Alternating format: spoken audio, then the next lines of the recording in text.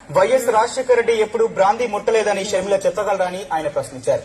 ఏ తప్పు చేసి తన వద్దకు అనిల్ వచ్చాడో షర్మిల తన భర్త అనిల్ ను అడగాలని సూచించారు.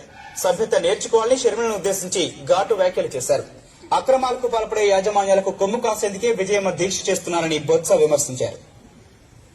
రాజశేఖర రెడ్డి గారు ఏ ఒక్క రోజైనా సరే 360 రోజుల్లో 360 రోజులు బ్రాందీని ముట్టుకోకుండా ఉన్నారని చెప్పని అడుగుతున్నాను.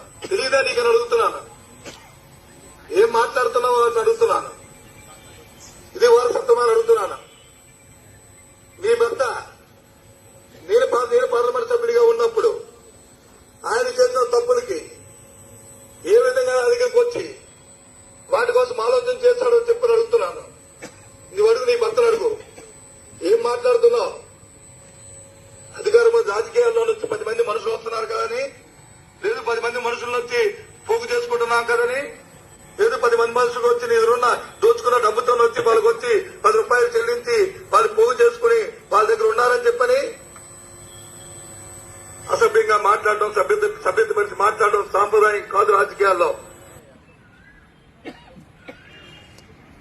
మాజీ కాంగ్రెస్ పార్టీ ఏం చెప్తుంది? జగన్మోహన్ రెడ్డి అవకాశం దొరికితే 5 సంవత్సరాల్లో 67 కంపెనీలు రిజిస్టర్ చేసినట్టు. వైఎస్ రాజశేఖర రెడ్డి ఎప్పుడు బ్రాందీ ముట్టలేదని షర్మిల చెప్పగలరని ఆయన ప్రశ్నించారు.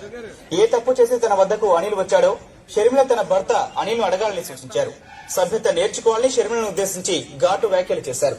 అక్రమాలకు పాల్పడే యాజమాన్యాలకు కొమ్ము కాసేందుకే విజయమ్మ దీక్ష చేస్తున్నారని బొత్స విమర్శించారు.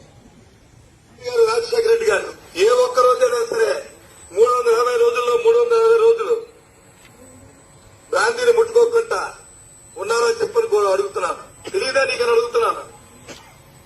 ఏం మాట్లాడుతున్నావో అని అడుగుతున్నాను. ఇది వారసత్వమని అడుగుతున్నాను. మీ భర్త నేను పార్లమెంట్ సభ్యుడిగా ఉన్నప్పుడు ఆయన చేసిన తప్పులకి ఏ విధంగా అధికారికి వచ్చి వాటి కోసం ఆలోచన చేస్తాడో చెప్పని అడుగుతున్నాను.